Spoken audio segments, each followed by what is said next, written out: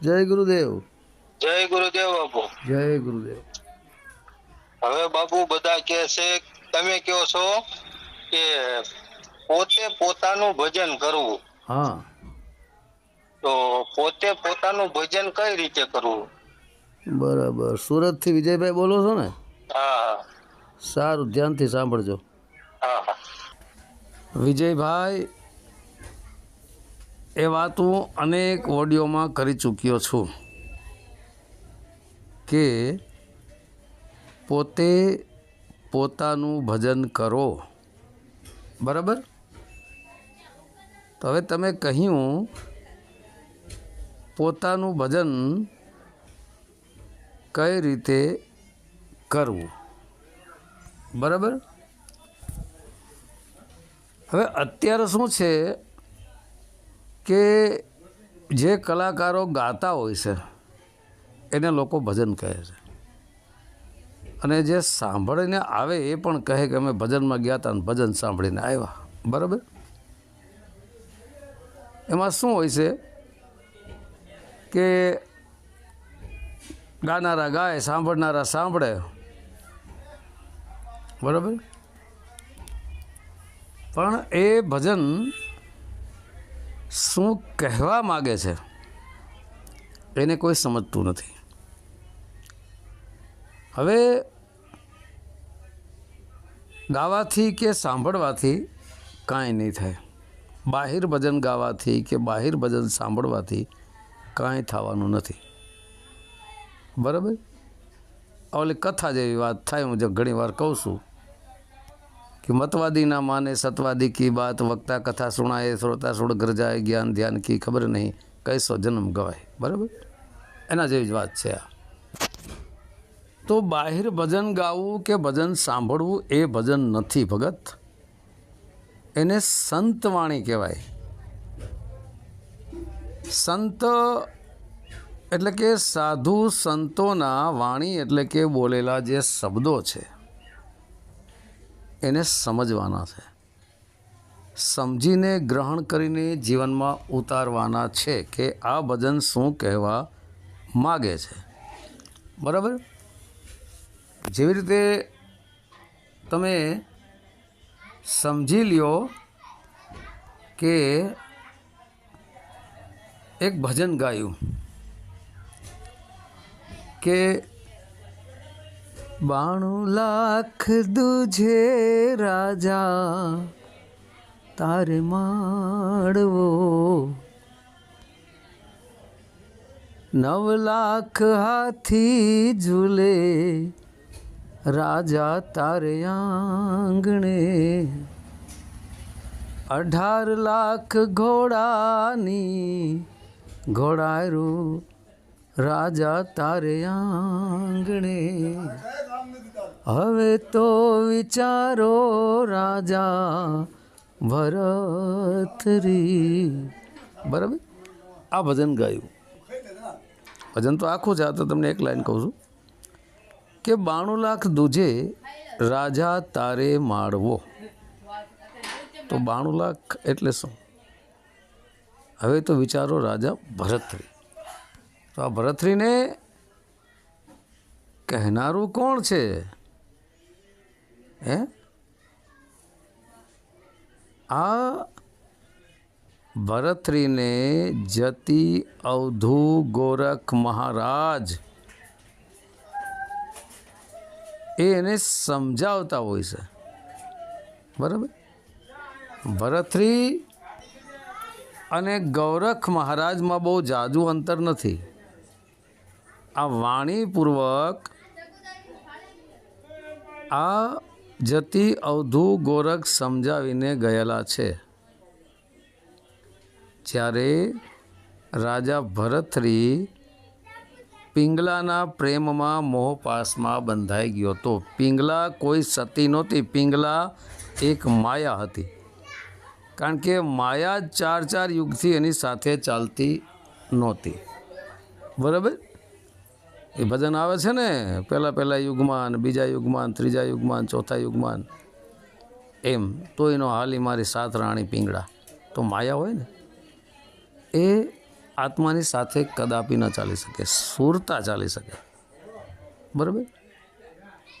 તો 92 લાખ જે માળવો છે, 92 લાખ દૂજે રાજા તારે માળવો, એક માળવો એટલે એક ગામ, બરાબર. 92 લાખ માળવો એટલે 92 લાખ ગામ. તો જે અરસામાં આ ભજન લખાયું છે એ અરસામાં 92 લાખ ગામ તો શું, પૂરા ભારતની અંદર જેટલા દેશ સામેલ હતા, જેમ કે પાકિસ્તાન, ભૂટાન, બરાબર, નેપાલ, અન્ય પણ ઘણા બધા જે દેશો સામેલ હતા, ઘણા દેશો સામેલ હતા, એ બધાના મળીને પણ 92 લાખ ગામ નથી થતા. આગળના ઘણા વર્ષો પહેલાંની વાત છે. તો 92 લાખ માળવો ભાઈ રાજા ભરતરીના ઘરે ક્યાંથી હોય?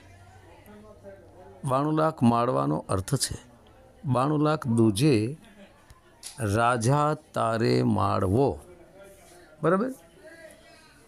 અહીં દૂજે શબ્દ વાપર્યો છે, દૂજે. દૂજે એટલે તને આવક છે આની, એમ. તો દૂજે છે કોણ? જેવી રીતે ગાયું, ભેંસું, બકરીયું, આ બધા જેમ દૂધ દૂજે છે, તેવી જ રીતના 92 લાખ માળવો જે છે આપણા શરીરના રૂવાડા છે, એ શું દૂજે છે? પસીનો. તો આ પસીનો દૂજે છે, આમાંથી પસીનો પ્રગટ થાય છે. તો આમાં હોલ કાણું એવું કાંઈ દેખાતું નથી, પણ આ શરીરના જેટલા રૂવાડા છે એની અંદર હોલ કાણું છે, એમાંથી આ પસીનો શરીરમાંથી બહાર નીકળે છે. આ 92 લાખ દૂજે રાજા તારે માળવો એટલે શરીરના રૂવાડા, આ પસીનો પ્રગટ ક્યાંથી થાય છે? આ ભરતરીને સમજાવે છે કે સમય જ આ પસીનાને પ્રગટ કરનારું કોણ છે અંદર. પછી કહે છે કે 18 લાખ ઘોડા હાણું રાજા તારે આંગણે. 18 લાખ ઘોડા, એ અરસામાં તો કદાચ 18 લાખ ઘોડા હશે, બરાબર, માની લીધું, ચલો. પણ 18 લાખ જે ઘોડા છે એનો અર્થ શું છે? તમને ક્યાંય ઊભા હોય ઝાડની આજુબાજુમાં અને તમને કોઈ ઝાડના એક પત્તા તરફ દ્રષ્ટિ કરવાનું કહે કે ભાઈ આ ઝાડનું જે પેલું પત્તું દેખાય છે, એક પાકેલું પત્તું હોય પીળા રંગનું, પીળા રંગના પત્તા ઉપર તમારી દ્રષ્ટિ કેન્દ્રિત કરો, બરાબર. એટલે આપણે એ તરફ દ્રષ્ટિને કેન્દ્રિત કરીએ, બરાબર. તો એ પત્તું દેખાય, પત્તાની આજુબાજુમાં અન્ય બીજા પત્તા દેખાય, જે ડાળીમાં પત્તું લાગેલું હોય એ ડાળી પણ દેખાય, ઉપરનું આકાશ પણ દેખાય, ઘણું બધું દેખાય, બરાબર. તો આપણી અનેક આ દ્રશ્યો આ દ્રષ્ટિ સમક્ષ ઉપસ્થિત છે, મતલબ અનેક આપણી દ્રષ્ટિ સમક્ષ અનેક દ્રશ્યો ઉપસ્થિત થયા, બરાબર. માત્ર કેવલ આપણી દ્રષ્ટિ એ પત્તા ઉપર કેન્દ્રિત ન થઈ, બરાબર. આનો અર્થ છે આ મનના કલ્પનાના ઘોડાઓ, આ મન કલ્પનાઓમાં ભટક્યા કરે છે, આ મનના કલ્પનાના ઘોડા કીધા છે. તો આ કલ્પના કોણ કરી રહ્યું છે એને વિચારો રાજા ભરતરી, એની ઉપર વિચાર કરો કે આ કલ્પના કોણ કરી રહ્યું છે. પછી કીધું કે 9 લાખ હાથી ઝૂલે રાજા તારે આંગણે. તો એ અરસામાં 9 લાખ હાથી રાજા ભરતરીના ઘરે હોય પણ નહીં, હોઈ શકે પણ નહીં. 9 લાખ હાથીનું ભરણ પોષણ રાજાથી થઈ પણ નહીં શકે. રાજાઓ હાથીઓ રાખતા 25, 50, 100, 200, 9 લાખ તો કદાપી નહોતા રાખતા ને એનું ભરણ પોષણ પણ ન કરી શકે. 9 લાખ હાથીનો અર્થ છે 9 લાખ હડિયું તરફ આપણો ઇશારો કરેલો છે. નાની મોટી ઝીણી ઝીણી અનેક એવી હડિયું છે આપણા શરીરમાં, બરાબર. હડિયુંમાં હડિયું, હડિયુંમાં હડિયું, એની અંદર હડિયું, આમ અનેક હડિયું છે. ટૂંકમાં 9 લાખની ઉપમા આપી છે કે 9 લાખ હડિયુંનો બનેલો આ હાથી રૂપી, આ દેહરૂપી કાયા, આપણે બેઠા હોય, ડાબી બાજુ ઝૂલીએ, જમણી બાજુ ઝૂલીએ, આગળ ઝૂલીએ, પાછળ ઝૂલીએ, એટલે આ 9 લાખ હાથી ઝૂલે રાજા તારે આંગણે, આ 9 લાખ હડિયુંનો બનેલો હાથી રૂપી કાયા, આમ ઝૂલે તેમ ઝૂલે, બરાબર. હવે તો વિચારો કે રાજા ભરતરી, આ બધું કોણ તમારા આ દેહરૂપી હાથીને ઝુલાવી રહ્યો છે, કોણ આ કલ્પના કરી રહ્યું છે, કોણ આ શરીરમાંથી આ રૂવાડાઓમાંથી પસીનો બહાર પડી રહ્યો છે, કોણ કરી રહ્યું, એને પકડો, કોણ છે ઈ? તમે શું આ પિંગલા રૂપી માયામાં ફસાઈ ગયા છો? પિંગલા એટલે અહીં મોહ માયા સમજી લો. ભરતરી જ્યારે ફસાણો હોય ત્યારે મોહ માયામાંથી બહાર કાઢવા માટે આ વાત કરે છે, બરાબર. તો આનો અર્થ એ થાય છે કે આધ્યાત્મિક લેવલે જ્ઞાન આપતા હોય છે ભરતરીને, ત્યારે ભરતરી બોલે છે અલખ નિરંજન. એને ખબર પડી ગઈ કે હું શરીર નથી, હું કલ્પના કરનારો મન નથી, હું દેહરૂપી હાથી નથી, હું અલખ રૂપી આત્મા છું અને નિરંજન રૂપી પરમાત્મામાંથી આવ્યો છું. તો અલખને ઓળખી અને નિરંજન બ્રહ્મ સ્વરૂપ બની જવાની વાત અહીં કરે છે. હવે આ ભજન ગાયું, સાંભળનારા સાંભળ્યું, પણ આ ભજનની વ્યાખ્યા વિશ્લેષણ જે થઈ, એમ ભજન ગાવા પણ સાથે સાથે વ્યાખ્યા વિશ્લેષણ કરતા જાઓ અને લોકોને સમજાવતા જાઓ, પણ જેમ છે તેમ સમજાવો, અર્થનો અનર્થ ન કરો. અત્યારે ભજનની વ્યાખ્યા વિશ્લેષણો ઘણા લોકો કરે છે, નથી કરતા એમ નહીં, પણ એનો અર્થનો અનર્થ કરી નાખે છે. એવી રીતે મેં એક ફેર કીધું હતું સવાદાસ બાપુનું વાણીનું કે આડું જાય અવરું જાય નણદલ લેરિયું, તો ત્યાં લેરિયુંની વચ્ચે આ જોડીને લે આર્યું કરી નાખ્યું. લ્યો બોલો શું કરશું? હે, આ મિલાવટ કર્યું. લે આર્યું, શું લે આર્યું? લેરિયું શબ્દ વાપર્યો હતો, વચ્ચે આ જોડી દીધો લે આર્યું.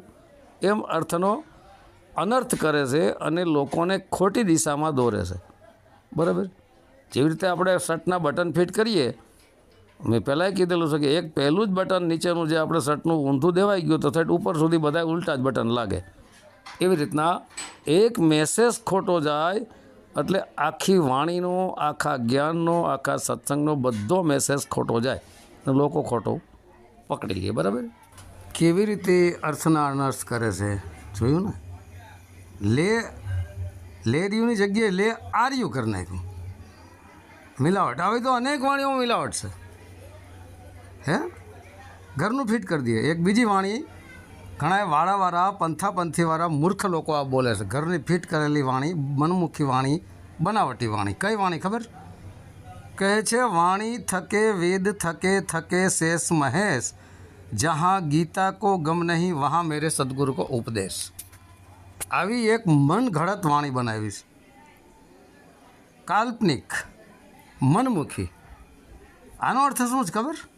આમાં ક્યાં મિલાવટ કરી ખબર? કો જે આવે છે ને ત્યાં ઉપર માત્રા લગાડી દીધું, ત્યાં કા છે. વાણી થકે વેદ થકે થકે શેષ મહેશ, જहाँ ગીતા કા ગમ નહીં વहाँ મેરે સદગુરુ કો ઉપદેશ. ગીતા કા ગમ નહીં તો ત્યાં ગીતા કો કરી નાખ્યું. મૂર્ખાવે રસવાઈ જોડી દીધી. આ હિન્દુ સનાતન ધર્મના દુશ્મનો, આ વાળાવાળો, પંથાપંથીવાળો, ધંધાવાળા, ઢોંગી પાખંડીઓ, એક માત્રા ઉપર જોડી દીધી, કાની જગ્યાએ કો કરી નાખ્યું. એટલે શું થાય? ગીતા કો ગમ નહીં, એટલે કે ગીતાને ખબર નથી. હે, ગમ નથી, ગમ સમજણ નથી. મૂર્ખાવ સમજણ તમને નથી. વેદ થકે હે થકે શેષ મેં એમ છે. વેદ કતેબ જૂઠે ના ભાઈ, જૂઠે જો સમજે નહીં. વેદ પુરાણો શાસ્ત્રો ઉપનિષદો કોઈ ખોટું નથી, ખોટા તમે લોકો સમજતા નથી. કોડા અર્થના અનર્થ કરો છો, વાણીઓને મિલાવટ. કોને તમે મૂર્ખ બનાવો? તમારા જેવા હોય. હે, તમે મૂર્ખ ને ઓલા તમારા ચીલ્યું ચલા બને મહામૂર્ખ. હે, ગુડ ગુરુ છીપા ચેલા લાય 15 ના આવી જા અંદર. ગુરુ ગડરિયા ભેડ ચેલા. આ ગુરુ ગડરિયો કરતો ભેડ એટલે ઘેટો લાઈન થઈ જાય. કઈ બાજુ જાય છે કોઈને ખબર નથી.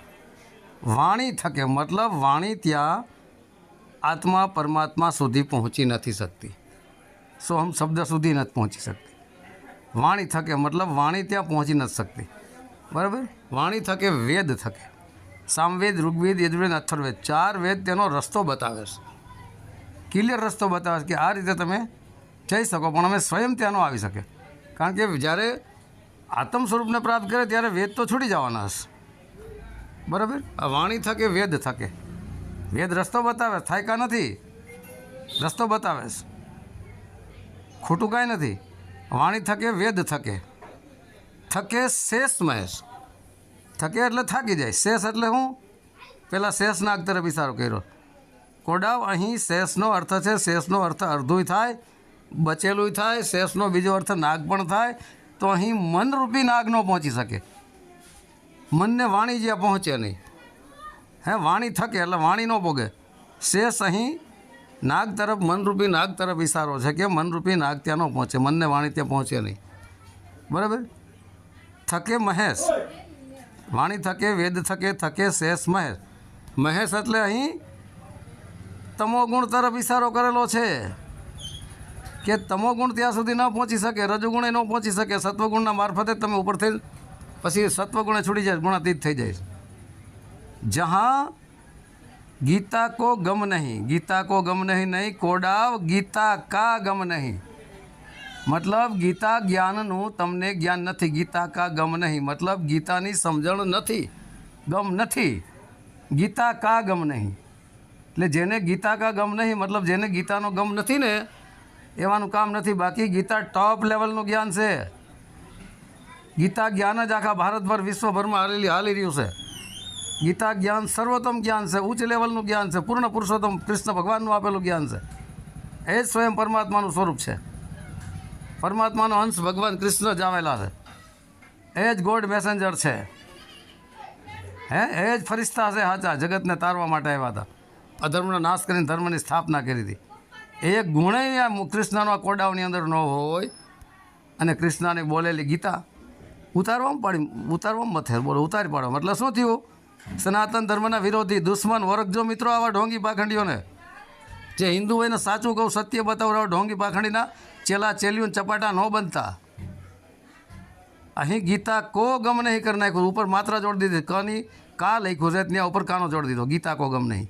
એનો અર્થ એમ થાય ગીતાને ખબર નથી, એમ કોડાવ ગીતાને ખબર નથી તો આખી દુનિયા ગીતા માથે હાલે. કોરટમાં પણ ગીતા છે. કોડાવ બુદ્ધિહીન મૂર્ખાવ, માણસોને ખોટા માર્ગે ગેરમાર્ગે દોરો છો, અર્થના અનર્થ કરો છો, વાણીઓના અર્થ આવડતા નથી આવી જાઓ છો, હે સોશિયલ મીડિયામાંથી કથણી બકણી કરીને ચેલિયું ચેલા મૂંડો છો, જ્ઞાનનો છાંટોય નથી, આડે ધડ જ્ઞાન કરો છો. તમને સાંભળનારે કોડાને મૂર્ખા હોય, બીજું કોણ હોય? હે ગીતા કા ગમ નહીં મતલબ જેને ગીતાના ગમની, ગીતાના જ્ઞાનની ખબર નથી, ગમ એટલે સમજણ નથી, વહાં મેરે સદગુરુ કો ઉપદેશ. મતલબ જેને ગીતાના જ્ઞાનની ખબર નથી ત્યાં તમે સદગુરુનો ઉપદેશ લઈ શકો છો. તમે ગીતા આખી પૂરી ન વાંચી શકો, સમજી ન શકો તો તમે સદગુરુનો ઉપદેશ લઈને પણ તમે મુક્તિ મોક્ષને પ્રાપ્ત કરી શકો છો. ગીતા સ્વયં રસ્તો પણ બતાવે છે. હે ગીતા એમાંય કહે છે કે અર્જુન મને ઘણા લોકો ગુરુ કરીને પણ જાણી લે છે, ગુરુ પાસે થઈને મને મારા ભેદને જાણી લે, અને ઘણા મને અનાયાસે પણ જાણી લે. એ ગીતામાં સાફ સાફ લખ્યું, અનાયાસે એટલે અચાનક. ગીતા વાંચન કરતો જાય અચાનક એને જ્ઞાન થઈ જાય, પરમાત્મા આત્માનું જ્ઞાન થઈ જાય. એટલા માટે ભગવાને કીધું છે કે જે ગીતા વાંચવામાં સમર્થ હોય એના માટે ગીતા શ્રેષ્ઠ. જે અસમર્થ હોય તે ગુરુ પાસેથી પણ જ્ઞાન લઈને મને જાણી લે છે. અધ્યાય 4 શ્લોક નંબર 34 અર્જુન તો તત્વદર્શી સંતની ખોજ કરતે એના શરણે જઈ દંડવતમ પ્રણામ કરી પ્રશ્નો પૂછી જાણી લઈ યથાર્થ ઉપદેશ ચેતન કરશે, અને તે જ્ઞાનને જાણ્યા પછી વારંવાર સંસારમાં આવાગમન મટી જશે. કીધું ને ભગવાન કૃષ્ણ સ્વયં કહે છે, કોડાવ કહો છો કે ગીતા કો ગમ નહીં, ગીતા સ્વયં સમજાવે સદગુરુના શરણે જવાનું. હે આ ગમ વગેરેને કીધું યથાર્થ ઉપદેશ ચેતન કરશે એમ. તત્વદર્શી સંતનું કીધું. તત્વદર્શી સંત કોને કહેવાય? છે કોઈ આમાંથી તત્વદર્શી સંત હાલમાં દુનિયામાં? કથણી બકણી મથો છો. તત્વદર્શી 82 તત્વ જાણી લે દેહમાં, 80 ને 82 તત્વ છે, ખબર નહીં હોય. 25 તત્વો સુધી બધાને ખબર છે, હે બાકી ખબર નહીં હોય 82 તત્વ ક્યાં ક્યાં છે. 82 તત્વથી ઉપર આત્મા છે, આત્મા તત્વથી ઉપર છે. એ આત્મ તત્વને જાણનારો વ્યક્તિ, આત્માને જેને જાણ્યો છે, આત્મા કોઈ તત્વ નથી, તત્વદર્શી કીધું છે. 82 તત્વોના દર્શન કરી જેને જોઈ જાણીને તમને સમજાવે ને પછી 82 તત્વથી ઉપર જે આત્મા છે એનું જ્ઞાન બતાવે. એ ભગવાન કૃષ્ણ છે એમ અધ્યાય 4માં કહે છે કે તમને ગીતા ન સમજાય તો તમે ગુરુ પાસેથી પણ સમજી શકો છો. અને અનાયાસે પણ ઘણા સમજી ગયા ગીતા જ્ઞાન. ગીતા કો ગમ નહીં ચોટી ગયા તો ગમ તમને નથી, આ બોલનાર નથી, પણ ગેરંટી સાથે કહું છું આ મનમુખી વાણી છે, મન ઘડિત વાણી છે. અને 101% સનાતન ધર્મના દુશ્મનો, સનાતન ધર્મના વિરોધીઓની, આ વાળાવાળાઓની, પંથાપંથીવાળાઓની, ખાડા ખબોચિયાવાળાની વાણી છે આ. ગીતાને બધી ગમશે, ગમ તમને નથી. તમારી વાણીઓને કેમ મૂકતા નથી કોર્ટમાં? ગીતાને કેમ મૂકવામાં આવી? કારણ કે ગીતા વિશ્વ લેવલ છે.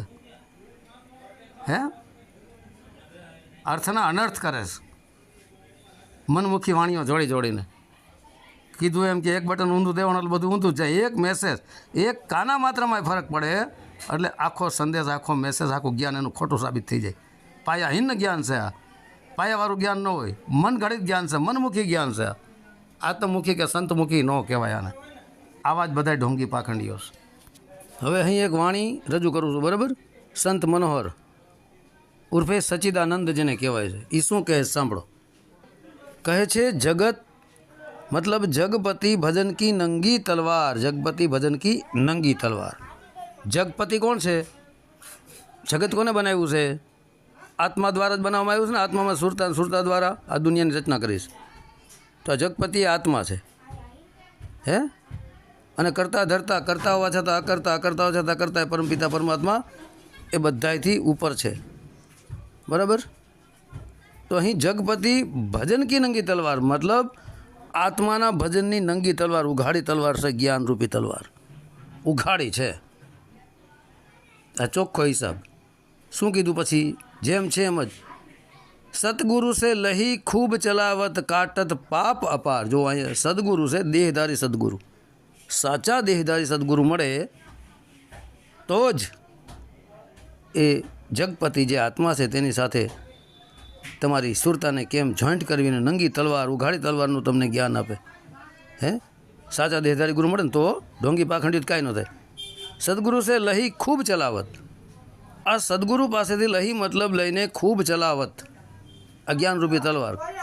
કાટત પાપ અપાર, કાટત પાપ અપાર. એ જ્ઞાનરૂપી તલવારથી કાટત પાપ અપાર, અપાર પાપ એ જ્ઞાનરૂપી તલવારથી કપાઈ જાય.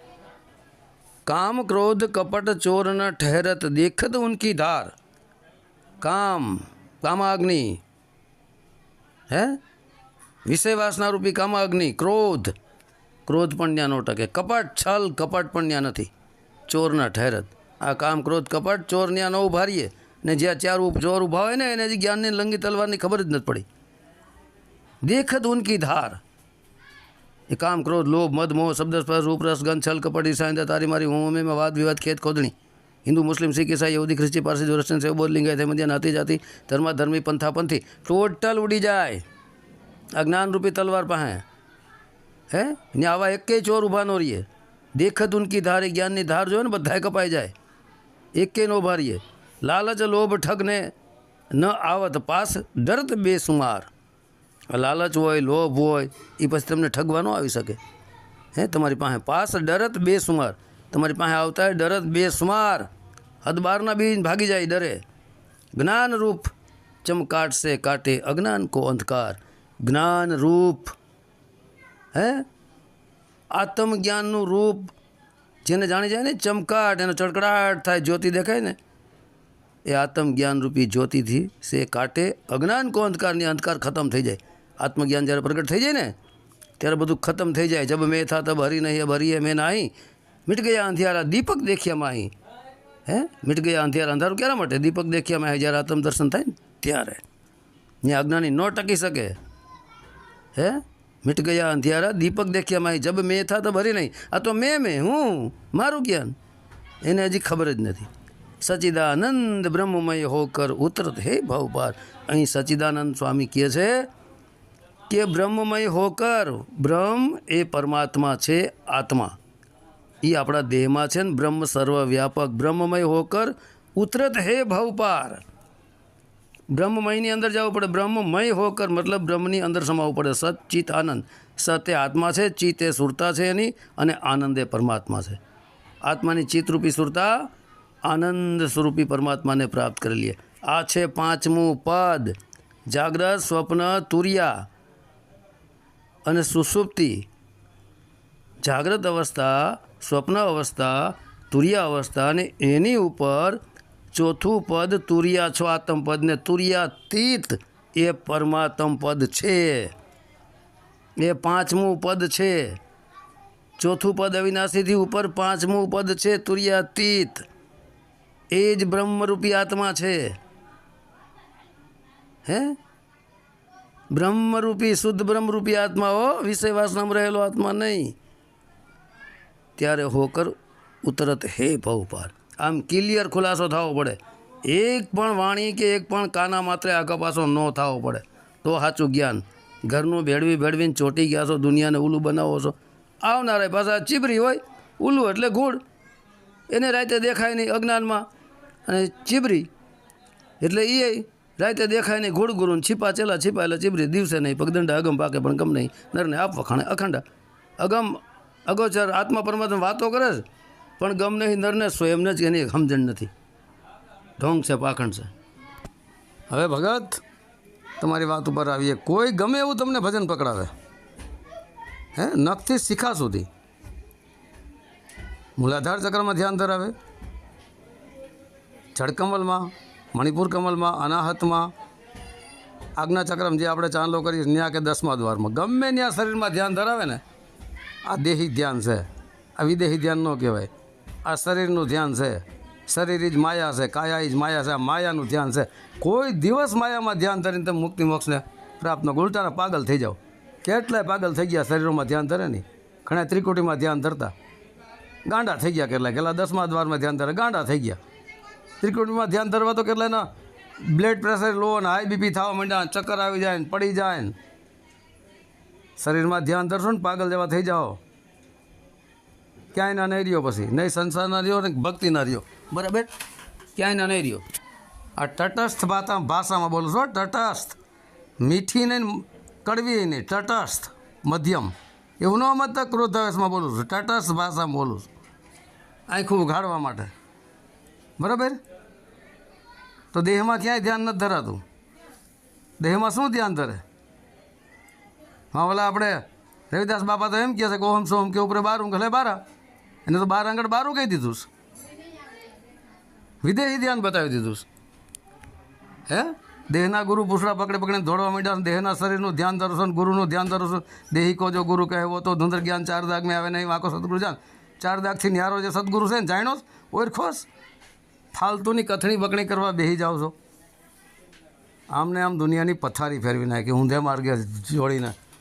હે, પૂછડા પકડાવી દીધા છે ઓલા આખલાની જેમ, અને પછડાય પછી મરી જાય બિચારા.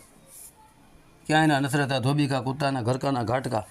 જ્ઞાન આપવું તો સાચું આપવું, કથણી બકણી કરવી ને તો સાચું કરવી, ખોટી નથી કરાતી. બરાબર. અને ભગત તમને કોઈ પણ ગુરુ ગમે ને આનું ધ્યાન આપે, પોતાનું આપે ને, હે, એટલે બાદ કરી નાખજો. પોતાના અક્ષરો જોડીને બનાવેલા મંત્રો, આવા અનેક મંત્રો હું ખુલાસા કરી ગયો છું. દેહમાં ક્યાંય ધ્યાન ધર્યું એટલે પોતાનું બતાવ્યું. હે, અન્ય કોઈ મંત્રો અક્ષરો જોડીને બનાવ્યા એટલે પોતાનું ઘરનું બનાવ્યું. બીજાનું ભજન કરતા જ નહીં. બીજા જે તમને ભજન આપે ને લેતા નહીં, તમે તમારું જ ભજન કરો. પોતે પોતાનું ભજન કરો. તો પોતે પોતાનું ભજન કેમ કરવું? પોતાના જ નામનું સ્મરણ કરો. પોતાનું નામ શું? તમારું નામ શું છે? તમે એક નિજ આત્મા છો. તમારું નામ સોહમ શબ્દ છે. ઓલરેડી તમારા શ્વાસોશ્વાસની ક્રિયામાં ચાલી જ રહ્યું છે. તમારું જ ભજન તમે કરો, અને તમારું જ ભજન બતાવે ને એ જ સાચા ગુરુ. ઘરનું કાંઈ આપે નહીં તો એનું થયું બીજાનું. હે, શું બીજાના ઉપર તમે નિર્ભર રહો? બીજાના આશ્રય જીવન જીવશો? એ તો કાયરતા થઈ. આત્મનિર્ભર બનો. સ્વયં પોતાની તાકાત પર ભજન કરો. બીજા તમને બતાવે, તમારી બદલી મીવડો ખાય શું તમે ધરાઈ જાઓ? તમારે પોતાને જ ખાવું પડશે. પોતે પોતાનું ભજન કરો. તો પોતે પોતાનું ભજન કેમ કરવું? હે, પોતે કોણ છે? પોતે આત્મા. પોતાના નામનું ભજન કરો. પોતાનું નામ એ સોહમ શબ્દ ઓલરેડી શ્વાસોશ્વાસની ક્રિયામાં ચાલી રહ્યો. મૂળ શબ્દ ના ભીથી ઉઠે, એ જ સોહમ શબ્દ છે. મન પવનનો મૂળો બાંધોને પરમ તત્વમાં ધ્યાન ધરો તો સોહમ આપોઆપ. પરમ તત્વ એ જ સોહમ શબ્દ છે. શ્વાસની ઉપર હાલી રહ્યો. સોહમ, સોહમ એ પરમ તત્વ છે. 52 અક્ષરથી બહાર છે. એ લખવા વાંચવા બોલવા સાંભળવામાં આવી સોમ શબ્દ નહીં. 9 સોમ કે ઉપર 10મા સોમ સારી 10મો સોમ છે અને એની ઉપર આત્મા છે. બરાબર. તો સોહમ શબ્દનું ધ્યાન ધરો. શ્વાસોશ્વાસની ક્રિયામાં શ્વાસ કોઈ પદાર્થ નથી, શ્વાસ કોઈ પિંડ નથી. ઘણીવાર હું કહું છું કે તમારી આંખોને ઠેરાવી દો નાકના આણી ઉપર. નાકની આણી ઉપર ખાલી આંખને ઠેરાવવાની, ધ્યાન ત્યાં નથી ધરવાનું. ધ્યાન તો ઉડતો શ્વાસ હોય, બહેતો શ્વાસ હોય, પવનમાં ધ્યાન ધરવાનું. જેમાં એક શબ્દ ગાદી રહ્યો છે એને સાંભળવાનું કરવાનું છે. આ થયું પોતે પોતાનું ભજન. પોતે તમે સમય આત્મા ને પોતે પોતાનું જ. તમારી જે સુરતા છે સોમ શબ્દ એ તમે જ છો પોતે. બરાબર. તો પોતે પોતાનું ધ્યાન કેમ ધરવું? આ જ રીતે ધ્યાન ધરવું. બરાબર. આ જ રીતે એનું ધ્યાન ધરવું. તો પોતે પોતાનું ભજન કેમ કરવું? શ્વાસોશ્વાસની ક્રિયાની અંદર એ સોમ શબ્દ સોમ તમે પોતે જ છો, તમે પોતે આત્મા પણ છો. પોતે પોતાનું ધ્યાન ધરો. બરાબર. ના કહી ગયા ના કહી આયા, આપે મેં આપ સમાયા. તમે જ સોમ શબ્દ છો. પોતે સોમ શબ્દ પણ તમે પોતે જ છો ને આત્મા પણ તમે પોતે જ છો. તમારા સ્વયંના નામને તમારી અંદર સમાવી લ્યો, ખેંચી લ્યો. બરાબર. પછી આત્મ સ્વરૂપને પ્રાપ્ત કરો. અંદર ખેંચો. આપ ના કહી ગયા ના કહી આયા, આપે એમ આપ સમાયા. તો આત્માની સોમરૂપી સુરતા દેહમાં ઉતરી ગઈ હતી. એ ગયું તો પાછો ઘરે આવતો રહ્યો. તો ના કહી ગયા ના કહી આયા, આપે એમ આપ સમાયા. સુબહ કા બુલાવા શામ કર લौटाए, दूसरे बुला नहीं गए थे. બસ એવી રીતે સાંજે તમે ઘરે આવી જાઓ, પાછા આત્મકર્મ થઈ જાઓ. આત્મ સ્વરૂપને પ્રાપ્ત કરીને પછી તમે પરમાત્મ સ્વરૂપ બ્રહ્મ જે છે સર્વવ્યાપક એમાં જોડાઈ જાઓ. બરાબર. તો હવે જય ગુરુદેવ. સત્ય સનાતન ધર્મની જય.